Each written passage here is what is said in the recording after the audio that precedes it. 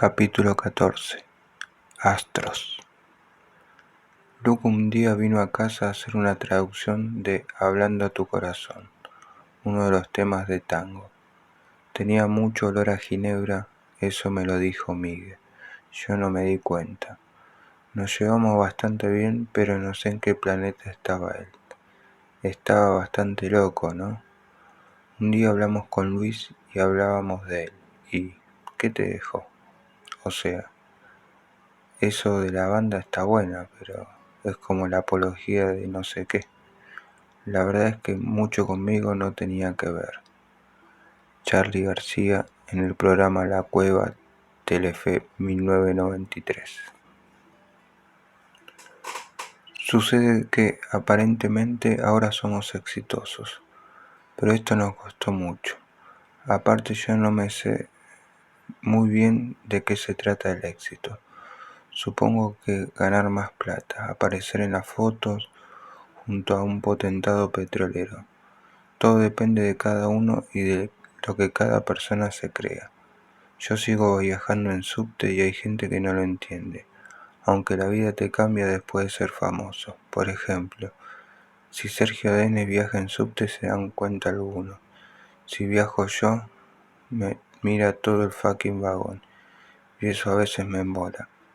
Por otro lado, la posibilidad de caerme a mí particularmente no me asusta, porque mi vida no se agota en la música, sé hacer muchas cosas. Casualmente hoy vengo de adaptar las letras de Charly García al inglés. Aquí hay demasiada seriedad. Todos quieren ser imperiosamente profesionales y se olvidan que el rock es una locura, y los que hacen rock son locos. Mirá cuando Yes hizo Close to the Edge, estaban en la cúspide, sin embargo estaban re locos e hicieron la mejor música. Todos quieren lucirse, ser personajes. En sumo, nada de la careta importa. Si el sonido de alguna no se escucha, se sube y listo. Somos muy espontáneos. Ves a Virus y estás enfrente a 6 máquinas perfectas. Pero sucede que el argentino en general es muy especial. Tiene un lema: frente a la duda, ponte duro. La duda tiene que ver con el miedo a la vida, al público o simplemente a ser auténtico. El músico de rock, el que lo lleva en el corazón y en las bolas, es un arquetipo musical. Luca, entrevistado por Adriana Mercury en la revista Pelo número 270. En 1985, Luca Prodan cruzó la línea del anonimato underground para convertirse rápidamente en una mezcla de agitador cultural y personaje exótico del nuevo panorama musical. En el peor de los casos, en un bocón exacerbado al solo efecto de plantar bandera contra los usos y costumbres del rockero medio argentino. La aparición de Divididos por la Felicidad coincidió con el auge editorial que vivió la prensa gráfica durante la primavera alfonsinista, y Luca reunía todos los boletos ganadores. Un Bukowski joven que caminaba por Buenos Aires y encima dirigía una banda de rock por demás interesante. A las publicaciones históricas de la cultura joven como Pelo y Humor se sumaron Canta Rock, Twist y Gritos, Toco y Canto, que compartían espacio en los kioscos junto a nuevas revistas de análisis político y cultural como El Periodista y El Porteño, esta última instalada desde 1982 con un foco de resistencia informativa basada en el periodismo de investigación y con una atracción extra, un suplemento marginoliento llamado Cerdos y Peces, que desde 1984 se estableció de manera independiente. 1985 también será el año de aparición del suplemento joven del diario Clarín, otra herramienta de difusión más expansiva a las acostumbradas publicaciones mensuales o quincenales. La agenda del suplemento sí agilizó la data del rock y completó el espacio de comunicación que desde el 23 de enero de 1985 instaló la emisora Rock and Pop, la primera FM dedicada exclusivamente al rock de aquí y de allá, un hito que modificó el modo de llegar a los oyentes e intervenir con un lenguaje informal y una musicalización acorde, toda una apuesta de cambio que trastocó para siempre los patrones estéticos del mundo radial argentino. La apertura y proliferación de nuevos medios encontró en Luca a una figura singular, culto y sagaz, divertido y picante, vago e intuitivo, y siempre dispuesto a hostigar al gremio musical o desnudar el costado más conservador de una escena supuestamente contestataria. Luca no estaba solo. Los violadores, Virus y los Twists acompañaron el cambio de paradigma, aunque ninguno llegaba a los niveles de acidez que alcanzaba el cantor romano. Un poco per jodere y otro poco para marcar diferencias. Luca jugó el personaje cual piedra en el zapato del rock argentino. Rompió el pacto silencioso de no agresión que dominaba los dime y diretes, aunque en bambalinas mantenía buenas relaciones con la mayoría de sus pares. Vivir en Nevermind permanente lo habilitaba muy suelto de cuerpo, a rebelarse contra la patria tilinga, el rock domesticado y los intocables de la escena. Pocos se ajustaban al canon de autenticidad, aunque el paso del tiempo suavizó los comentarios y hasta mejoró el grado de tolerancia. Cada intervención del extranjero insumiso exhibía un juego dialéctico totalmente nuevo. La mayoría de los entrevistadores caían rendidos ante las experiencias entre risueñas y trágicas que Luca relataba con lujo de detalles, su adicción a la heroína, el tiempo transcurrido en la cárcel o el constante asedio hacia los modos de nuestro rock impregnaron los encuentros con la prensa, en donde se ponía de manifiesto el carisma del cantante y cierto aprovechamiento ante situaciones hasta el momento inéditas para muchos periodistas. Luca expresaba algo que aquí había llegado en traducciones de artículos dedicados a Lou Reed, Johnny Rotten o Iggy Pop, una manera de entender el rock desde la provocación y poniendo absolutamente todo en tela de juicio. La arrolladora confirmación de sus dichos aparecía cada vez más que la púa caía sobre el disco debut de Sumo. Con la música, sus opiniones un tanto arrogantes e inconformistas, al igual que esa imagen de estrella de rock estropeada, ganaban relevancia. Toda esa diatriba a lo Luca, a veces chocante y hasta gratuita, a mí no me gusta prácticamente nada, exponía perfectamente el concepto Sumo. Un caos organizado, puro misterio y tentación. En vivo el efecto alcanzaba alturas desconocidas y multiplicaba aún más todo lo que insinuaba Luca en una entrevista. Abril comenzó con el estreno de La historia oficial, la película dirigida por Luis Puenzo, que exploraba el infierno de la apropiación de bebés durante el proceso militar y anticipaba, de un modo poético, el juicio de las juntas por graves y masivas violaciones a los derechos humanos. El lunes 22 de abril comenzaron las audiencias del juicio oral y público a los ex miembros de las 3 juntas militares que gobernaron el país desde 1976 a 1983. Ese mismo día, Sumo ofreció una presentación de Divididos por la felicidad para la prensa en el Stade Free Pub. La discográfica acompañó la salida del disco con una serie de acciones promocionales, aunque la banda se reservaba el manejo de los shows. El 10 y 11 de mayo, la banda más under del under porteño presentaba su disco debut en el Teatro Astros, a sala llena, unas 600 localidades por función. Sumo ratificaba su crecimiento en público, que en parte llegó al Teatro de la Avenida Corrientes, empujado por el Gil radial La Rubia Tarada. Fue tan así que debió agregarse una nueva función para el domingo 12 de mayo. Las jornadas formativas en el Café Einstein tomaron por asalto el Teatro Astros, con el absurdo y el humor dentro de una banda de rock que no intentaba ser paródica. Todo lo contrario, utilizaba los detalles escénicos como el aderezo necesario para el espectáculo total. Allí encajaban artistas de la calle como Geniol, ex campeón de Yo-Yo Russell y Mimo Vocacional que, paradójicamente, ponía su voz cuando la rubia tarada alcanzaba su clímax. Valía todo. Un mozo, el hermano José, amigo de Luca, portando una bandeja, vasos y bebidas, y auténticos lucadores de catch integraban la troupe.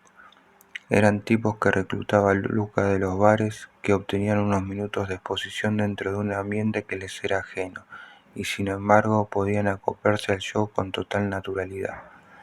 La iluminación espectral estuvo a cargo de Daniel Seaman, nuevo miembro de la familia Zumesca, y entre los disfraces sobresalía la túnica de Germán, que incluía 2 brazos de plástico, genial desmitificación del guitarrista Pulpo. Al frente de la escena, en el rol de maestro de ceremonia, Luca era capaz de confesar entre tema y tema hechos terribles con la naturalidad de un guerrero con varias batallas perdidas. Mi hermana y su novio se mataron en un coche.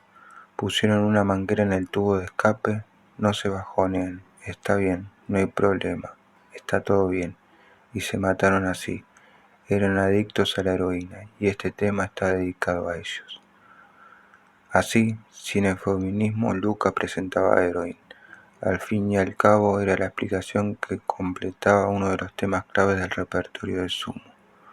A Sumo no le importa nada, rezaban los afiches que anunciaban la presentación de Divididos por la Felicidad, el álbum debut de Sumo, y seguramente es cierto, repasando la historia de la banda durante varios años netamente underground y en poco tiempo convertida en una de las pocas que pueden llenar 3 veces consecutivas el Astros, se concluye en algo evidente. Sumo se ha propuesto hacer las cosas de otra manera, sin importarle demasiado ni la historia, ni las características del medio, ni las consecuencias de su propio trabajo. Tal vez sea esa especie de negligencia la que produce este verdadero fenómeno, más allá de los valores musicales que el grupo sin duda posee, reflexionaba Federico Oldenburg desde la página de la revista Pelo, mientras que otros medios como Twix y Gritos, por ejemplo, resaltaron la experiencia Sumo en el Astros como un espectáculo superior e inigualable. De esa manera, entre repercusiones tibias y adhesiones más elocuentes, Sumo resumía por imagen, historia y pretensiones las características de banda incómoda dentro de la escena del rock argentino, definición que la crítica de rock suele glorificar bajo el eufemismo de banda de culto.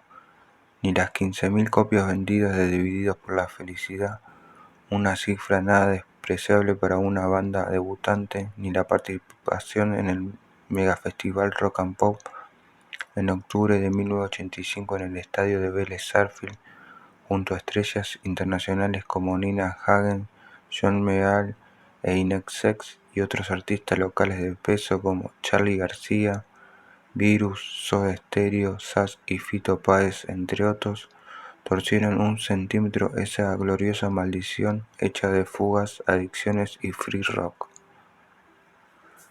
Los pequeños triunfos de Sumo van a correr a través de una agenda cargada de recitales. En tanto, Lucas seguía una línea trazada por el azar del día a día y una desdicha personal que no encontraba consuelo en el aplauso ni en sus considerables conquistas amorosas. El vaivén que imponía la relación con Mónica Strom casi siempre desembocaba en el abasto.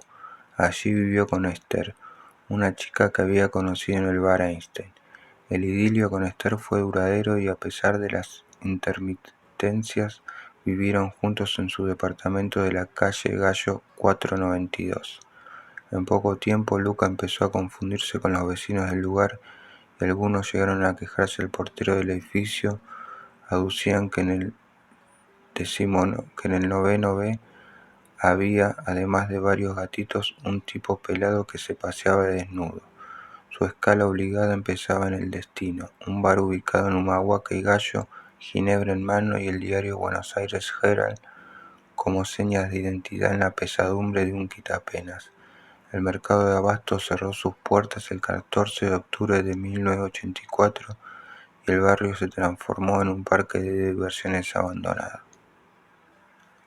Luca vivió el paulatino deterioro del lugar, al cual volvió una y otra vez, incluso cuando la historia junto a Esther había terminado. Para despedir el año y adelantar temas de su próximo disco, Sumo repitió en diciembre la apuesta de 3 noches consecutivas en el Astros.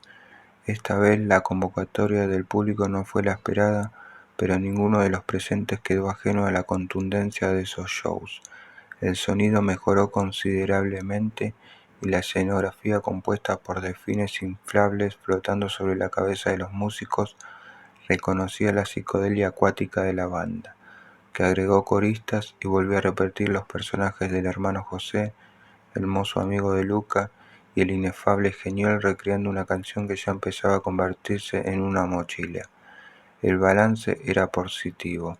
Jorge Crespo, otro amigo de Luca, se incorporó a la cofradía como road manager. Timmy alquiló una pequeña oficina en el barrio de Once con la intención de liberar la casa familiar de los Macar, que durante 3 años fue el búnker de la banda, que también mudó la sala de ensayo al sótano de los hermanos Moyo en el Palomar.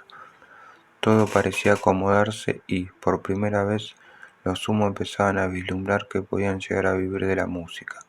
Lucas, sin embargo, estaba bastante lejos de tener un lugar propio donde caer solo o acompañado. Seguía siendo un extranjero sin residencia conocida. La visibilidad de Sumo, luego de las temporadas subterráneas, surtió efecto en las principales encuestas de fin de año. Sumo ganó el rubro de banda revelación tanto en Pelo como en el Sí de Clarín, casi un premio consuelo para un grupo que hacía años era el máximo animador de las escenas de pub y bares porteños y zonas aledañas. En la edición 254 de Pelo, con foto de Bob Geldof, considerado el hombre del año por su aporte a los conciertos solidarios de Live Aid, Luca aparecía en varias páginas, por su imagen, por su actitud sobre el escenario, por su extraño acento, pero por sobre todo porque dijo lo que muy pocos se atreven a decir. Luca Prodan, el cantante del grupo Sumo, fue el que más se destacó como personaje original. De modo llamativo, no había una consideración artística en la enumeración de razones que justificaban la elección de Luca como el personaje. En otra parte, el cantante escogió sus discos favoritos junto a otros 44 músicos. El primer lugar se lo llevó The Dream of the Turtles de Sting, aunque Luca optó por Born in the USA de Bruce Springsteen, y Ahora qué pasa de Los Violadores, y famosas canciones napolitanas de Aurelio Fierro, un popular cantante italiano de la década del 50. No hubo, a lo largo de esa multitudinaria lista, un solo voto al debut de Sumo. La encuesta de lectores de Pelo sí tenía reservado algunos lugares para los integrantes de la banda. Ricardo Mollo salió octavo en el rubro guitarrista y Luca apareció en el 10º como cantante, por debajo de Juan Carlos Baglietto, Miguel Mateos y Gustavo Cerati. Diego Arnedo también figuraba en el 8º lugar dentro de la categoría de bajistas. Como banda, Sumo aparecía en 10º lugar y para el rubro grupo en vivo alcanzó el 7º puesto, la misma ubicación que ocupó Divididos por la Felicidad. Sumo formaba parte de un pelotón, pero no alcanzó ni por asomo los primeros lugares. 1985 fue el año en que discos como Rocas Vivas, Sass, Nada Personal, Soda Stereo, Piano Bar, Charly García, Giros, Fito Páez y Locura Virus aparecían entre los favoritos de la mayoría. El 9 de diciembre, un día después de la tercera función de Sumo en el Teatro Astros, se conoció la sentencia del juicio de las juntas militares. Videla y Macera fueron condenados a reclusión perpetua, Roberto Viola a 17 años de cárcel, Armando Lambrusini fue condenado a 8 y Orlando Agosti a 4. El resto de los acusados fueron absueltos. En 5 años de estadía, Luca fue testigo del cierre de una parte de la historia más siniestra de la Argentina.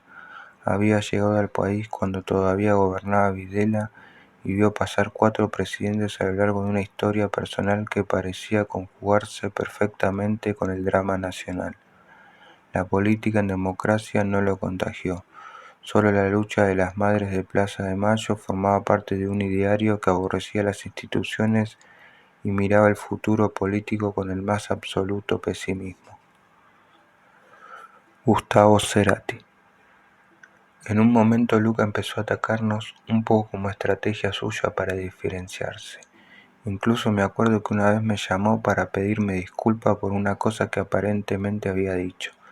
Me llamó y me dijo, no lo vayas a tomar en serio, mira que era un poco la joda. También había que diferenciarse. Después de todos nosotros también lo hacíamos y aprovechábamos para tirarle un palo a uno o a otro como para tratar de buscar nuestro lugar en eso. Igual lo de Luca era gracioso, él tenía una simpatía natural. No había esa cosa seria, dogmática y mucho menos mesiánica. Era puramente joda. Nos bardeaba a nosotros así como decía que Moura era incapaz de tocar un instrumento. Luca decía cosas así. Sabía perfectamente el valor que tenía Federico como músico.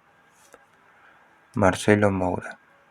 Esos ataques eran una pose para la prensa. La onda de Luca era la de chico malo. Entonces no podía decir que Virus era maravilloso.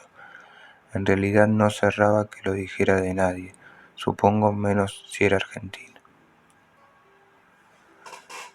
Claudio Kleiman. Federico Moura había impuesto una clase de frontman más desinhibido en relación a lo que era el rock nacional. Pero Luca no lo respetaba a Moura. Luca no podía entender que hubieran tipos a los que te encontrabas en una fiesta, gente que lideraba un grupo y que no podían cantar un tema si no tenían todo el andamiaje armado. Moura era un poco así, había muchos así, y eso lo sacaba de quicio. Hilda Lizarazu. Luca trajo el enojo, el no futuro europeo. En él se juntaron todas las coordenadas que debe reunir para ser el mensajero. También es el embajador del rey, que tanto gusta en la Argentina a partir de Sumo. Lo que pasa es que él era genuino con su postura de no quiero a nadie. Entonces era controvertido, incluso agresivo con Charlie y con los que ya había instalados en el Olimpo rockero. No era muy querido ni respetado porque criticaba. Luca era Greta, buscarroña, nunca presenció una pelea porque a Charlie le deslizaba. Se ponía ese traje de protección y chao. Cuando te enfrentás a un arengador, esos tipos que te dicen, ¿vos quién sos? O te enganchás o decís, este tarado. Era un poco así, no era una persona amigable. Se sentía dueño de la calle y el representante de las clases alcohólicas. Me acuerdo que un día yo estaba comiendo en Pipo y lo vi pasar medio borracho. Entró medio patoteando con esa postura punk, estaba solo con una petaquita. Lalomir. Lucas se comportaba como un chico que estaba medio loco. Era la percepción que tenían todas. Ah, sí, Prodan. Hay que ver con qué te sale ese. Por ahí te aparece borracho, por ahí aparece cagado. Esas cosas escuchabas. Diego Tuñón. A los grandes Sumo no le gustó mucho, pero para mí fue el nexo con muchas cosas, como que unió el heavy metal con el pop, porque la actitud de ellos era heavy metal, la misma que tenían los B8 que vomitaban en vivo, digamos. Hoy escucho los discos de B8 y también me parecen re pop. Mónica Stromp. El rock argentino era muy conformista, él vio eso y decidió lo que haría. Agarró un micrófono y listo, lo hizo. Cuando llegó Luca a la Argentina acá no tenía muchos amigos, tampoco iba a hacerse enemigos, pero no le importaba nada el mundillo del rock. ¿Qué podía perder? Estamos hablando de una época en la que no lo conocía nadie. Tuvo la suerte de darse cuenta de que había un lugar para hacer Misty. Eso lo mantuvo bien durante cierto tiempo. Wallace.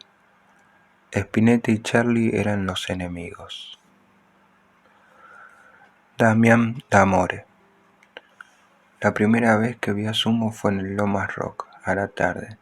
También tocó Soda Stereo y el cierre ya de noche lo hizo La Torre. Fue una sorpresa verlos a la tarde, más que nada para un adolescente como yo, que comencé a ver recitales en los primeros años de la democracia siempre de noche bien tarde, porque los grupos giraban por todo el conurbano como ahora hacen los bailanteros. El primer quiebre fue la postura activa de Luca en el escenario. Sus manos siempre se movían de una manera distinta que las de Cerati o García, por ejemplo. Ellos también eran frontman movedores de manos, porque Cerati acompañaba la sensualidad de las letras y García para sacarse cosas de encima. Miguel Abuelo agitaba las manos como un boxeador o con alguna pandereta.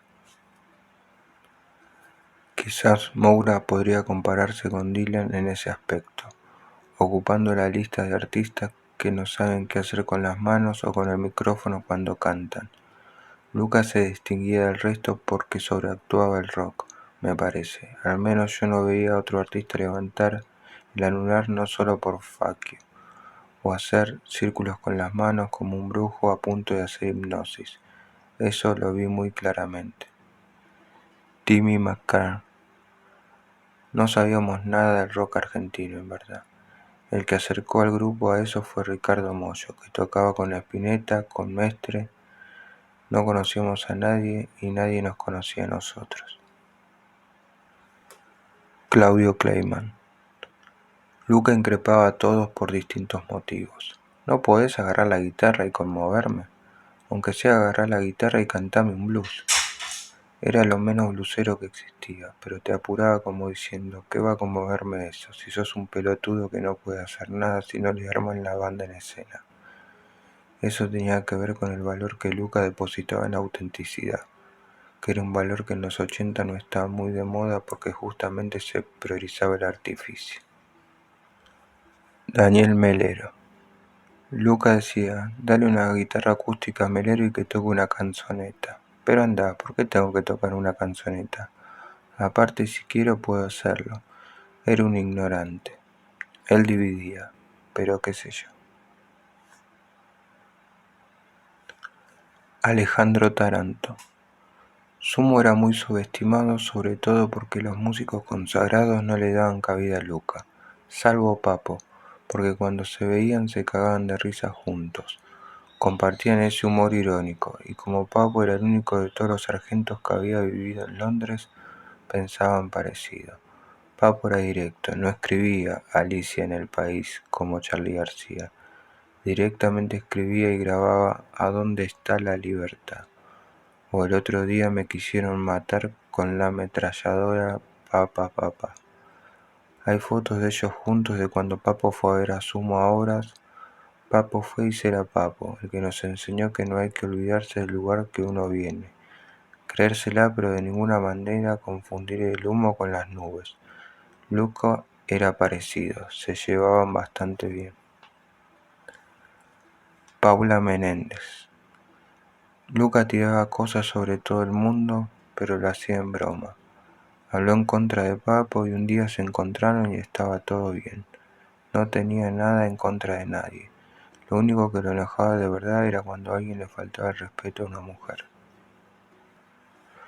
Claudio Kleiman.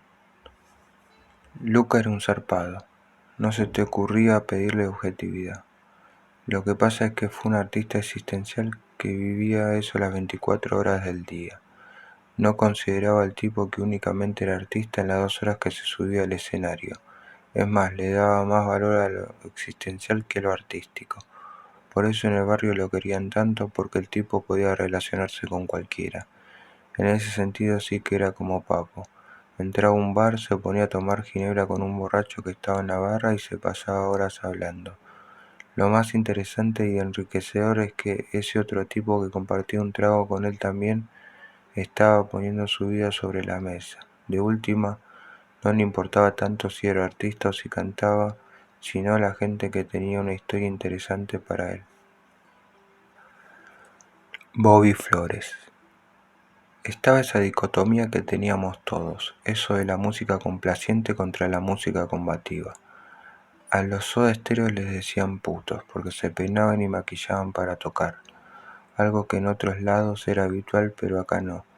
Lucas sabía que era habitual y sin embargo los peleaba.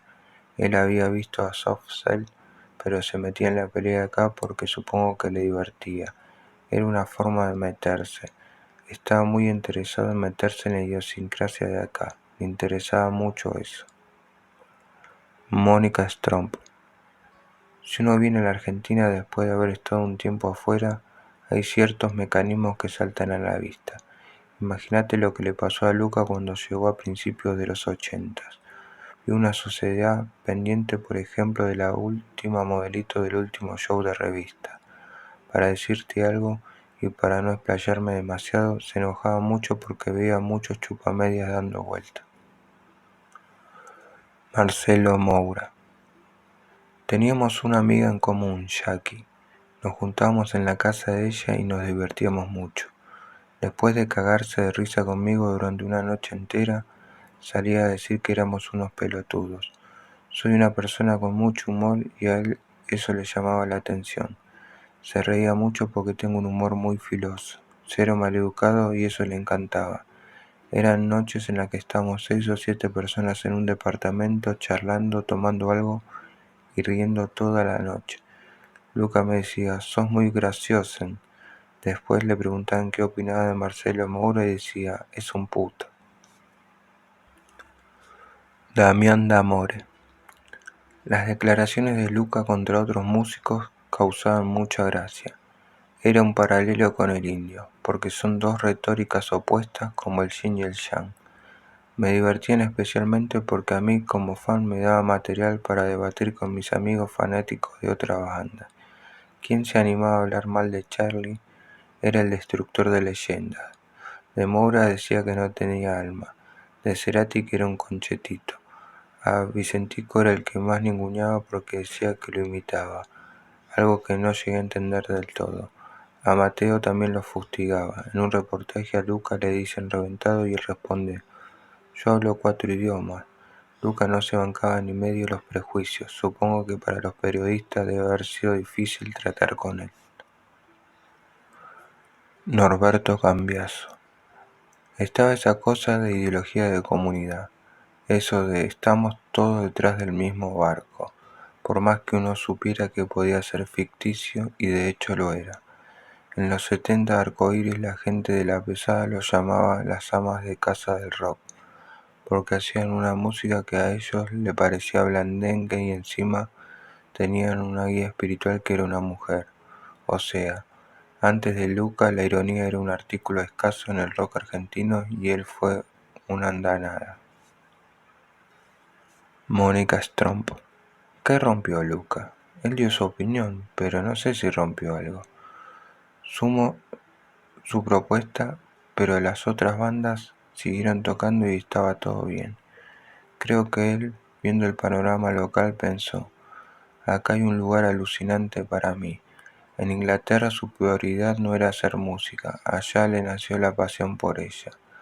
Llegó sintiéndose mal, sin tener nada que hacer, escuchó la radio y pensó: hago esto y me divierto. Podría haber escrito un libro, no sé. No digo que no fuese músico, pero también podría haberle dado por otro lado. Eso sí, en la Argentina la música se transformó en prioridad. Rodrigo Espina. Le gustaba mucho llamar la atención porque era un contador de cuentos impresionante. Tenía una cultura y un humor increíble. No tenía miedo ni cholulismo ante nada. ¿Cómo evitar ser el centro de atención cuando tenés todo eso desde siempre? Diego Tuñón. Luca no hacía la arenga de la autenticidad. Los otros integrantes quizás sí tenían eso, pero él era muy despojado. Además tenía el abandono del alcohólico. Estábamos hablando de un pibe. Nosotros lo vemos con esa actitud ruda y reacia, pero era muy joven. A mí me copaba que él siempre se vendió como un viejo. Me acuerdo de una nota que hizo para el Sí, cuando le preguntaron sobre el techno pop y él respondió: yo soy viejo, a mí eso no me gusta. Qué lindo cuando en aquella época la música se relacionaba con la juventud. Mirta Bogdasarian. Luca era bastante celoso de los otros músicos. Hablaba mal de casi todos, decía que eran medio pelotudos. Del único que hablaba bien era de Spinetta. De hecho, una vez Luca fue a la casa de Spinetta cuando él tenía sus hijos pequeños. Estaban charlando y uno de sus chicos, creo que Dante, rompió un ventanal de la casa con una pelota. Vinieron todos corriendo. Se rompió el vidrio. Spinetta dijo, bueno, no importa, así van a entrar las mariposas. A Luca eso le pareció genial. Me lo contaba y me decía, Spinetta está loco de verdad, a ese le creo. Charlie en cambio le pareció un boludo. Rodrigo Espina. La primera vez que lo vi fue un día que yo estaba en Guerrín y él entró a la pizzería después de ver La vida de Brian. Nos agarró a mí y a dos amigos. Ni nos conocía y nos gritó, vayan a ver La vida de Brian, que está buenísima. No le dimos mucha bola porque no sabíamos quién era. Lo conocí en persona en 1985. Yo iba al recital de Nina Hagen, me subí al tren de 11 al furgón y escuché a alguien que hablaba con la tonada que tenía Luca. No conocía a Sumo porque yo solo escuchaba bandas en inglés. Al principio me dio mucha envidia y pensé, ¿quién es este? Había un grupo de 40 personas rodeándolo, dije, este mentiroso. Cuando llegamos a Liniers logré ver que el pelado entre la gente. A los 2 días fui a ver a Sumo. Es este, me hice fan en el acto. Esa noche, después de Sumo, tocó Charlie, en el que fue el show de la gran vergüenza de la vida de García, porque hizo algo imperdonable, cuando mandó al hospital a un técnico. Charlie salió, dio un salto en el escenario y se cayó. El papelón fue tan grande que se paró, agarró la guitarra, enfiló hacia el técnico o un asistente y le clavó la guitarra al pobre pibe. Tuvieron que llevarlo al hospital. Eso no se comentó nunca, pero lo vi con mis propios ojos. Ese día llovía y todo fue un quilombo. Tocaron Bliss o La Unión, no me acuerdo bien, y le tiraron tantos barrazos y cascotazos que Charlie salió a defenderlos y decir, frenen un poco la mano. También tocó Soda Stereo. Los dos mejores shows fueron por lejos los de Sumo y Soda. Andy Cherniavsky. Yo trabajaba para Daniel Greenback, era la fotógrafa de DG Discos. Tenía mi oficina en el piso de arriba. Retrataba todo lo que hacía Greenback, por decirlo de alguna manera. Era una especie de fanática del rock cuyo mayor sueño era ser parte de todo ese movimiento que yo consideraba ideológico. La primera foto que hice de Sumo fue en 1985, justamente en ese estudio de Rodríguez Peña y Santa Fe, para el programa del festival Rock and Pop que organizaba Greenback, en el que tocaron INXS y Nina Hagen. No los conocía personalmente, salvo a Pettinato, pero hicimos unas fotos muy divertidas. Ellos eran bastante locos e histriónicos. Luca era divertido, muy personaje, y la banda me encantaba porque me parecía como alucinante que alguien de otro país hubiera podido integrarse y ser parte de un movimiento. Además, Luca tenía ese look totalmente desinteresado con la ropa toda rota. Esa primera vez yo estaba un poco tímida con él como personaje. A los pocos días saqué fotos de Sumo en vivo en ese mismo festival. Tenían una potencia, un desparpajo y una musicalidad increíbles. Se notaba que Luca era un líder muy grosso y carismático. Damián D'Amore. Sumo tenía el halo del misterio y más canciones que el resto, aunque no las oyeras nunca. Basura Blanca o White Trash tenía en los shows la fuerza de los pedidos de Muchacha Ojos de Papel en los de Spinetta, y Sumo muy pocas veces las tocaba. En esa época la democracia era vitalidad y los discos de las bandas respondían a esa coyuntura. Bares y fondas, La dicha en movimiento, Relax, Nada personal, Clics modernos. Sumo en cambio no. Divididos por la felicidad era un título muy juguetón, casi provocador, más allá de la traducción lineal por Joy Division. Sumo tenía backup. Mientras sonaban las radios con sus discos, también sonaban las disquerías con sus piratas y hacían su show. Paradójicamente no usufructuaba ese envión como el resto de las bandas exitosas. A partir de 1985, varios grupos ya depositaban el futuro fuera de la Argentina, como la gira de Soda, la producción de Alomar, sus maxis, el crecimiento de los Enanitos, los cambios de los fabulosos Cadillac, etc. Todos querían tener una larga vida menos Sumo, porque estaba claro que no iba a ser para siempre. Era el verdadero agujero interior. Daniel Molina. Luca fue una brisa de aire fresco y de renovación radical. El rock argentino se había fosilizado un poco en la dictadura. Ese es el efecto perverso de la persecución y la censura. Te enclaustra en un momento y te dificulta que avances. Luca trajo a Buenos Aires parte de lo más interesante de lo que estaba pasando afuera, pero no fue un mero importador porque lo tenía en la sangre. Era eso. Fue un agitador solo por hacer la suya. Fernando Noy.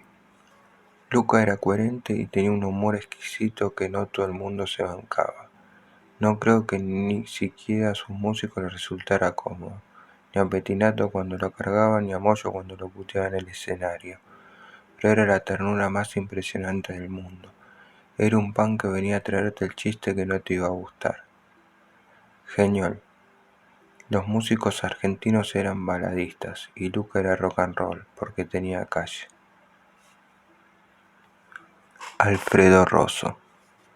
No creo que Luca fuera resistido entre los músicos argentinos consagrados, pero quizás no lo entendían mucho. Tenía cosas afines con Moura, con Cerati, con Calamaro, obviamente con Los Redondos. Gloria Guerrero. Luca le caía bien a la mayoría de los músicos. No recuerdo a nadie que me haya hablado mal. Él podía decir cosas de los demás, pero si tenías 2 dedos de frente, veías que lo hacía con altura y no te calentabas. Lalo Mir. Generaba muchas cosas en el ambiente del rock, lo típico que despiertan esas personas, mucha admiración y mucha envidia. Era un chabón que llegó, dijo 3 pelotudeces y todo el mundo ya está hablando de él. Estimo que fue una mezcla de admiración y envidia, y mucho misterio.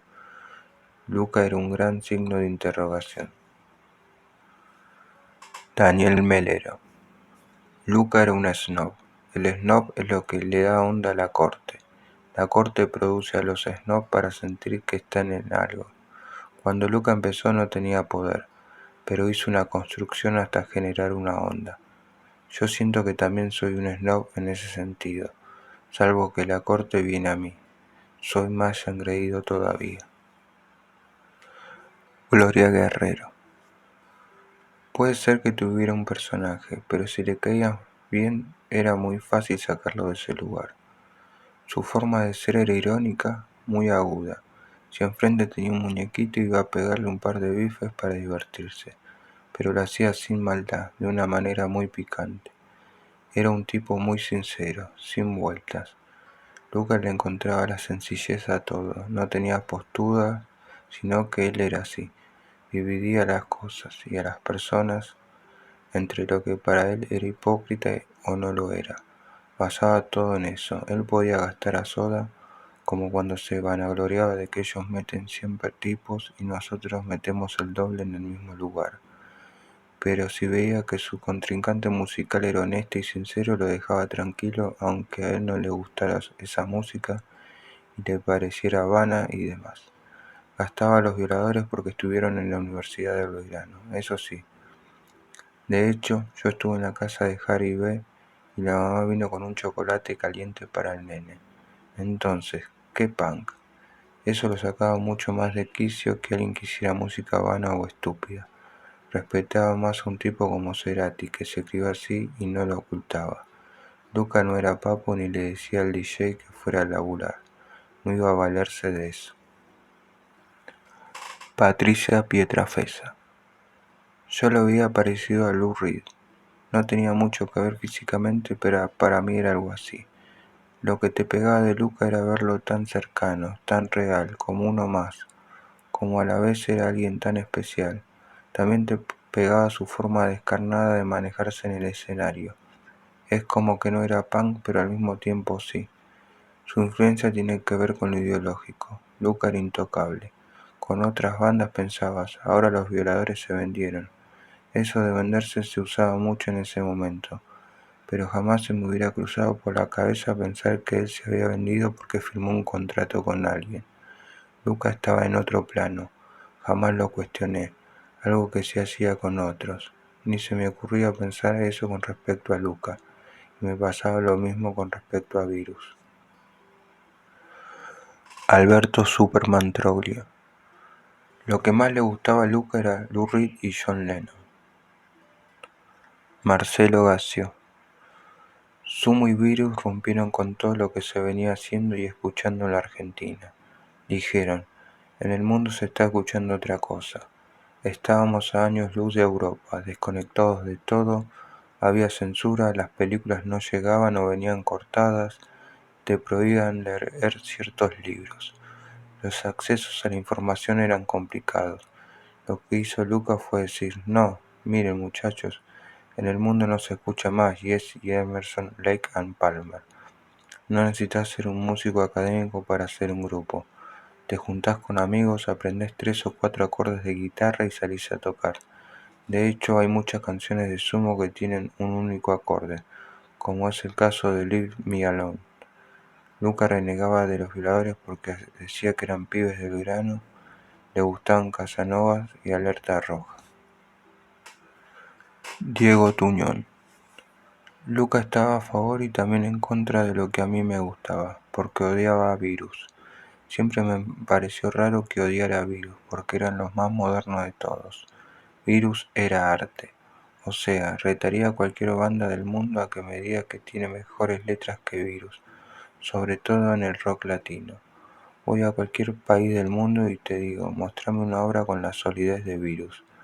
Creo que ni Sumo la tiene, porque tenía más actitud que canciones, ¿no?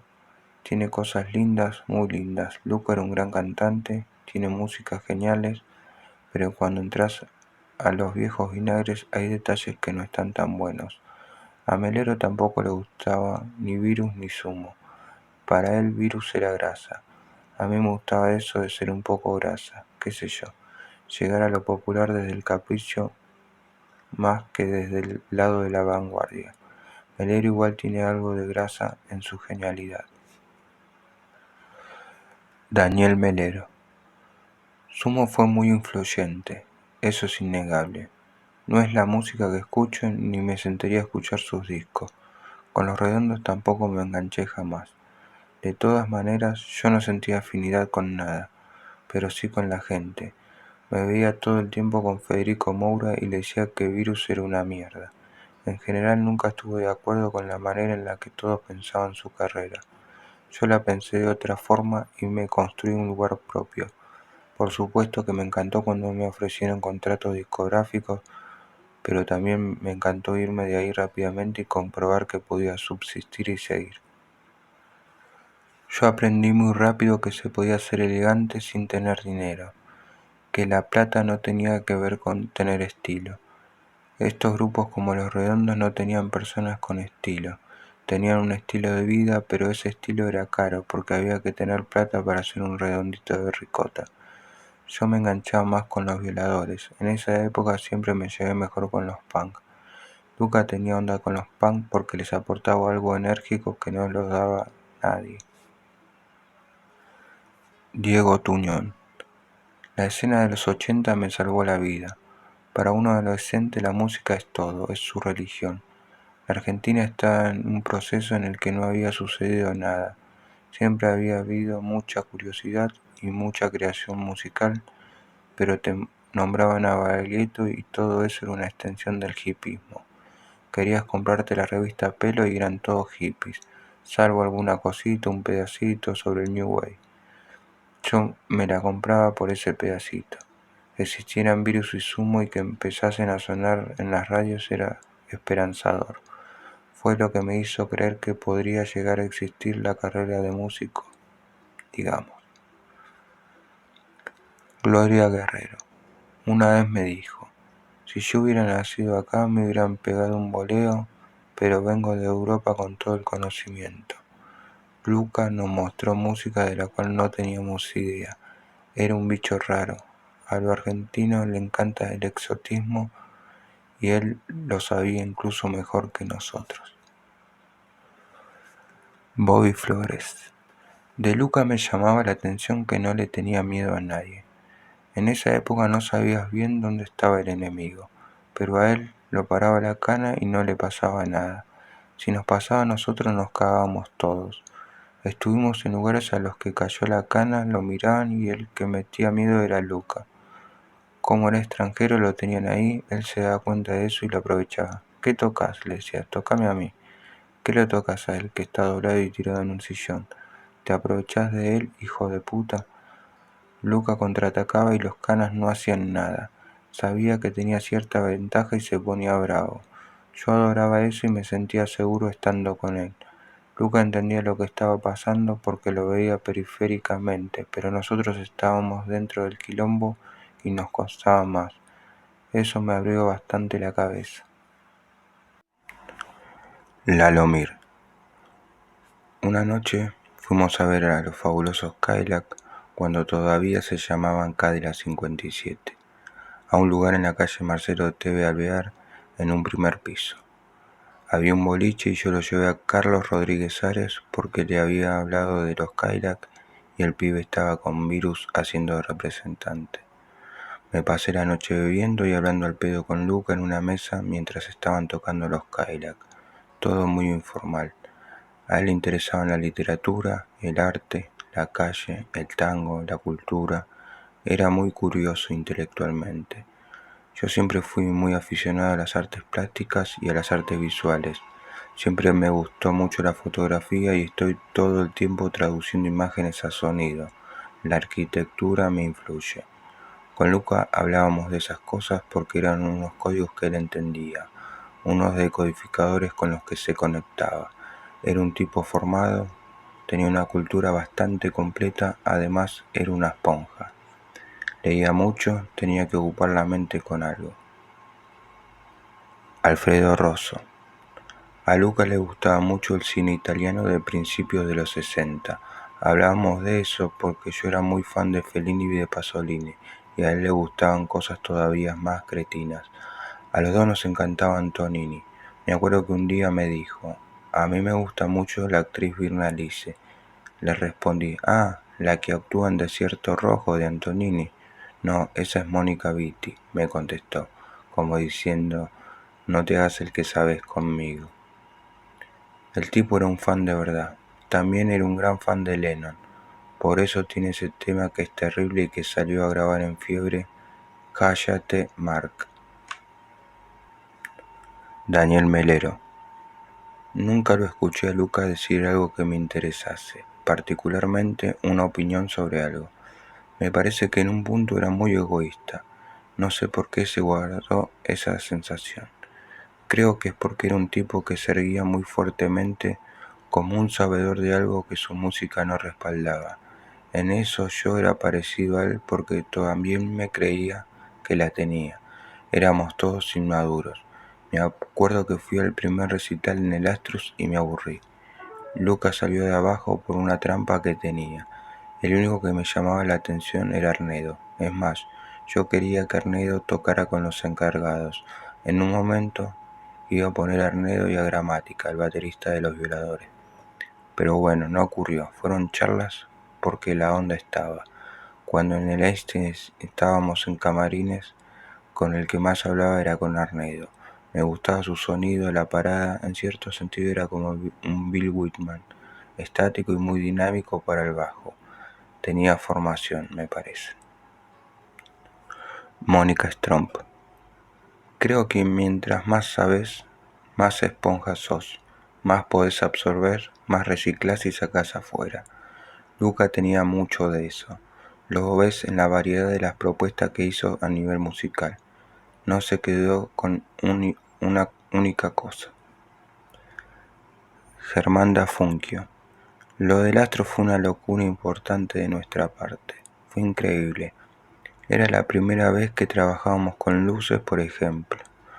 Nunca habíamos estado en un teatro propiamente dicho con un disco en la calle. Yo lo vivía como una consagración. Con Luca nos mirábamos y nos decíamos, ¿viste, boludo? Mirá todo el quilombo que hicimos. ¿Te acordás cuando estábamos en Córdoba? Alfredo Rosso. Una vez pactamos una nota con Luca en el Bar Suárez, un bar típico que desapareció, un clásico de Buenos Aires. Fue cuando Sumo estaba planeando el recital de Astros, que estaba a media cuadra.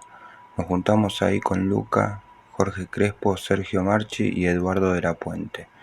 Nos fuimos a mi bulín de Villa Crespo y ahí hicimos una larga nota que salió en la revista Rock and Pop. La entrevista salió muy bien y después nos fuimos a comer una pizza a un lugar que se llamaba El Gol de Ortega y Moreno en Corrientes y Paraná. En un momento Luca dijo: ¿a esto le llaman pizza ustedes? Carlos Aspix Justino. Hice una sesión de fotos con Sumo cuando estaban por presentar su disco en el Astros.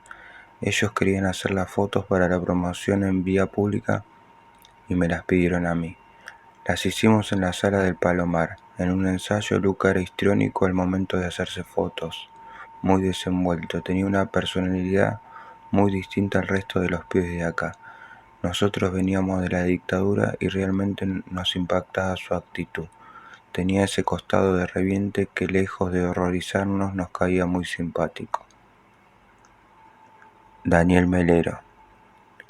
Cuando llegaron al Teatro Astros construyeron la plataforma que después aprovecharon los Redondos, porque el crecimiento de los Redondos es debido a la desaparición de Sumo.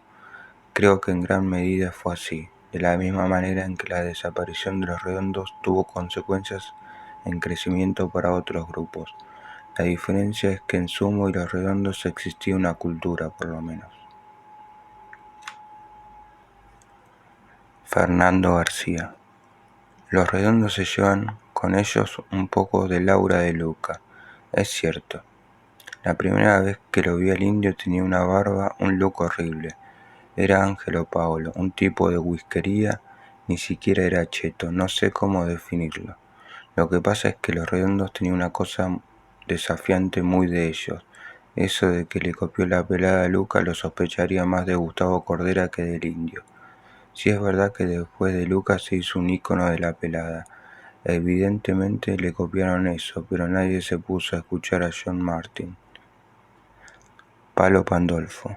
El primer pelado fue Luca, el Indio se peló después. Yo vi a los Redondos en el Paracultural y todavía tenía pelo. Gloria Guerrero. Los Redondos tocaban desde hacía años, eran de otra ciudad y tuvieron que meterse en Buenos Aires. No coincido en eso de la herencia de Sumo, al contrario, porque eran complementarios como dos tipos que atendían el mismo almacén. Fernando García. En mi colegio Sumo era el grupo de los putos y los drogadictos. Eso es lo que se decía. Todos iban a ver a Soda y Sumo les pareció un grupo de degenerados. La gente iba a bailar, todos los pibes escuchaban a los abuelos y música bolichera. Yo iba a un industrial y escuchar Sumo era como una resistencia, incluso entre los mismos rockeros. Wallace. Ir a ver a Sumo era estar todos los que nos encontrábamos en los shows haciendo puerta, por ejemplo en el Stade Free Park, porque quedaba justo donde estaba el túnel del Libertador.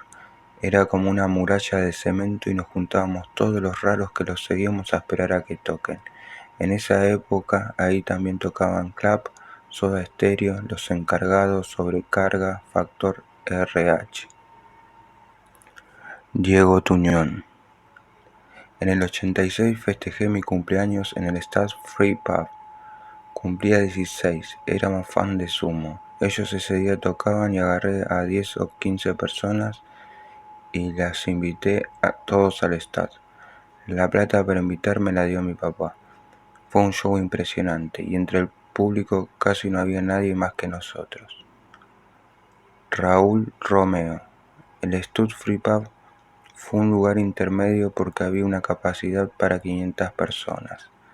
Tenía un ingreso que era a través de una playa de estacionamiento que no era muy grande y después había un patio con plantas y mesas. Los shows empezaban tarde, casi siempre una hora después del horario en el que estaban anunciados o más.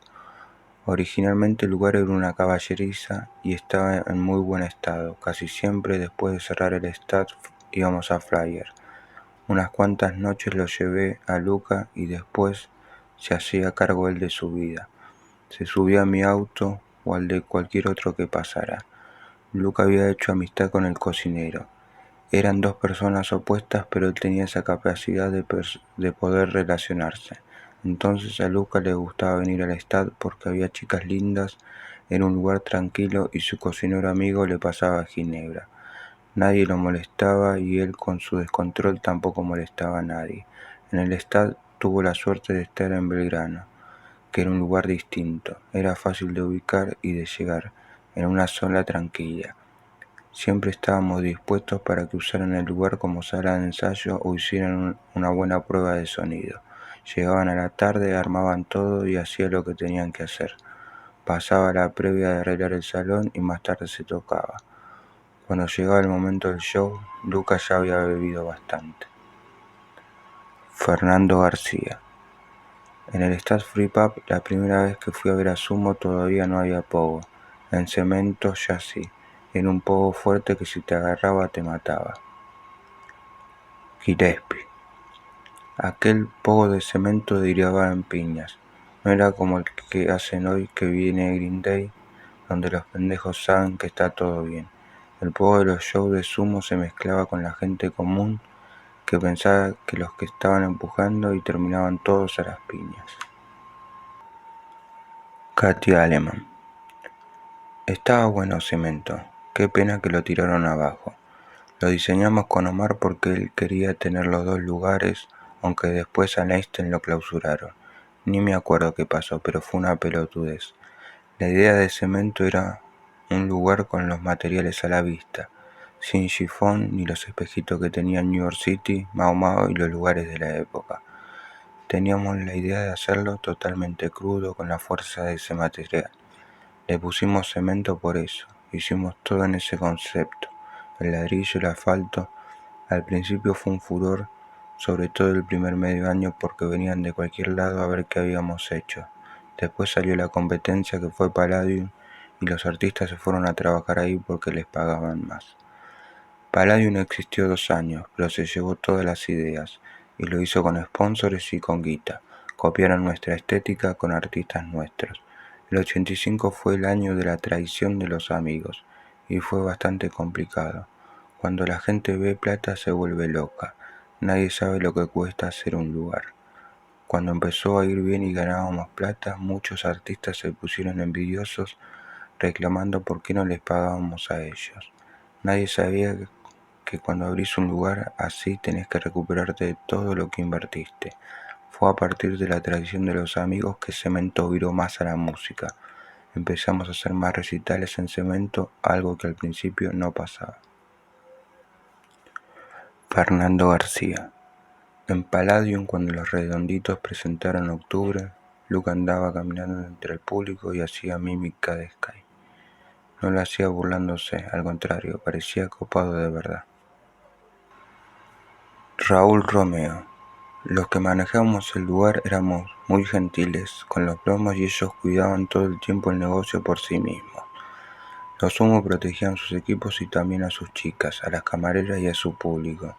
La gente se autocontrolaba y, si bien había personajes que entraban o salían y eran difíciles por algunas circunstancias, la misma gente que los conocía los neutralizaba. Lucas sentía que el Stade era su casa y también le gustaba ir por las chicas. Si bien consideraba la zona de Belgrano como careta y todo eso, tenía esa ambigüedad. A lo mejor durante el día se la pasaba tomando ginebra en el abasto, pero también disfrutaba de buscar lindas chicas y todo eso. Hubo un show en el que salió con un colador en la cabeza. Se lo habrá dado Juan Carlos el cocinero, imagino. Fue en la época en la que presentaron Divididos por la Felicidad. Katy Aleman. El día de la independencia, cuando recién habíamos inaugurado, hice la primera performance en Cemento. Entré con un Mateo, toda desnuda y con un caballo de verdad, encadenada con el Ave María. Había 2 efebos que eran Batato y Gabriel Chamé, que me llevaban hasta el escenario en medio de toda la gente, que no podía creer lo que veía, porque yo además estaba en la televisión y me conocía todo el mundo. Era la madre patria en bolas, con una peluca de soga que me había hecho toda pintada de cobre para ser como una india, con todas las crenchas largas y encadenada. Una madre patria medio indigente, digamos. De fondo sonaba el himno nacional y yo estaba rodeada de pibes que me miraban de cerca para ver si estaba realmente en bolas o no. En la parte del himno de las rotas cadenas caían las cadenas y soltamos las palomas que teníamos atrás. Después me subí a una cruz. Me acuerdo de mirar a la gente porque el lugar estaba lleno, y realmente hubo un momento de recogimiento cuando sonó el himno. Lo cantó todo el mundo. Recién había vuelto la democracia y recuerdo sentir la sensación de que otra Argentina era posible. Fue muy emocionante, realmente emocionante. No fue una joda. A partir de ahí Sumo tocó mucho en Cemento, más que nada al principio porque convocaba muchísima gente. Después no pudo tocar más porque la gente que traía excedía la capacidad del lugar. Fernando Noy. Cuando inauguró Cemento caímos con un grupo de Cresta que era la banda Speed de Poetas Locos. En esa época apareció Geniol, una figura que me hipnotizó para siempre. Él hacía una especie de personaje en el show de Sumo en Cemento y también en otros boliches. Yo tenía un pie en el folclore y era amigo del dueño de la capilla, un gallego que había armado ese lugar que era una iglesia armenia, en Suipacha, Córdoba. Empezó haciendo espectáculos muy caros con una entrada como de $100, con figuras como Astor Piazzolla, Atahualpa Yupanqui y Cuchi Leguizamón.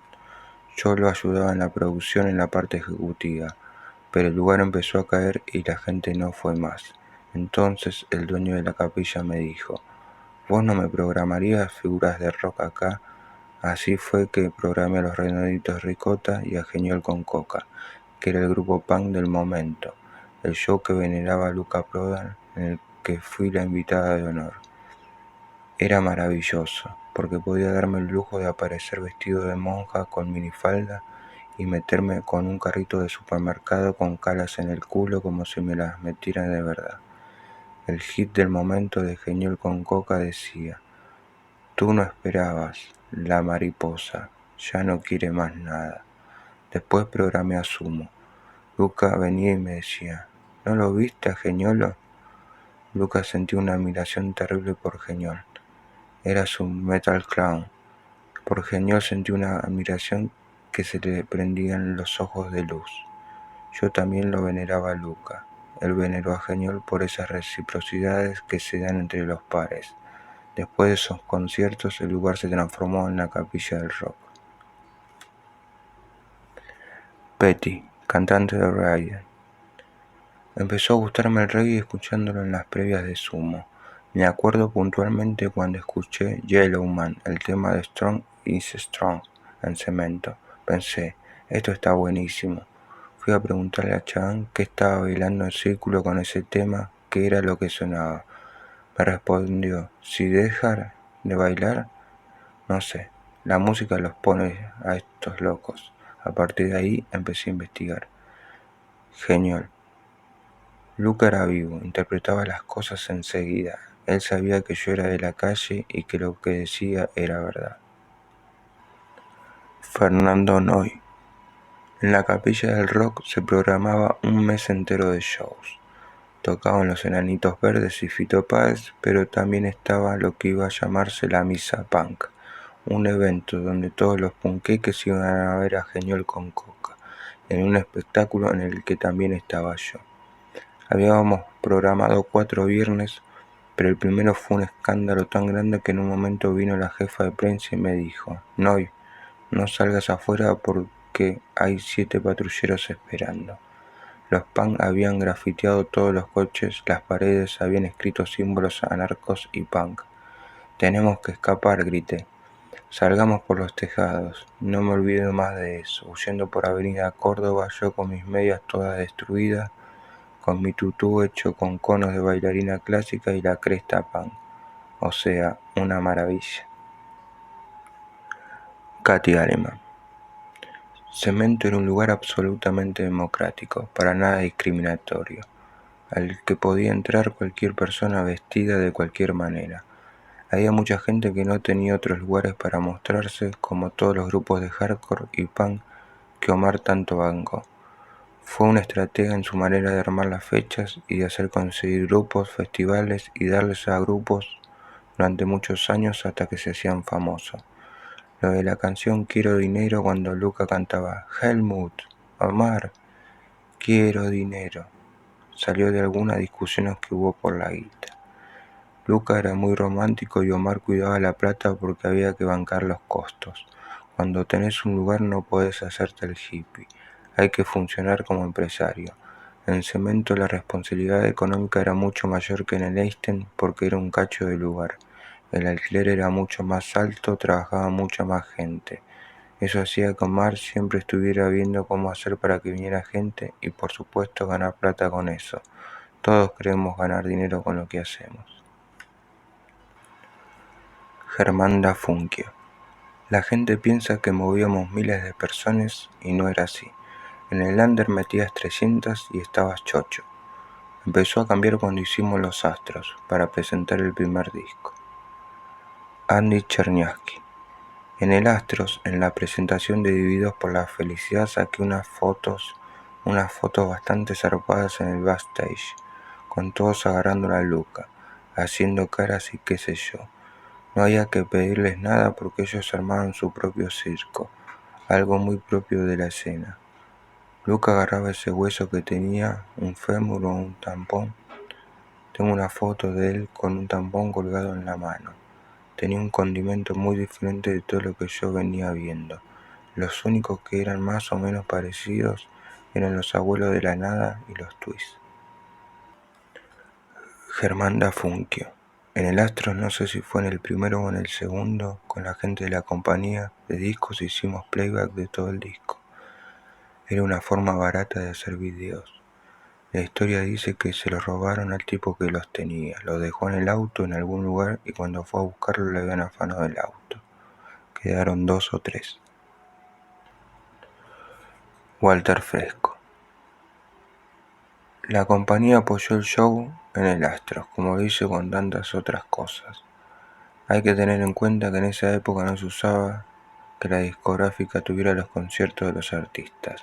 Sí implicaba un crecimiento paralelo, para nosotros de lo musical, para ellos con el objetivo de vender algunos discos más.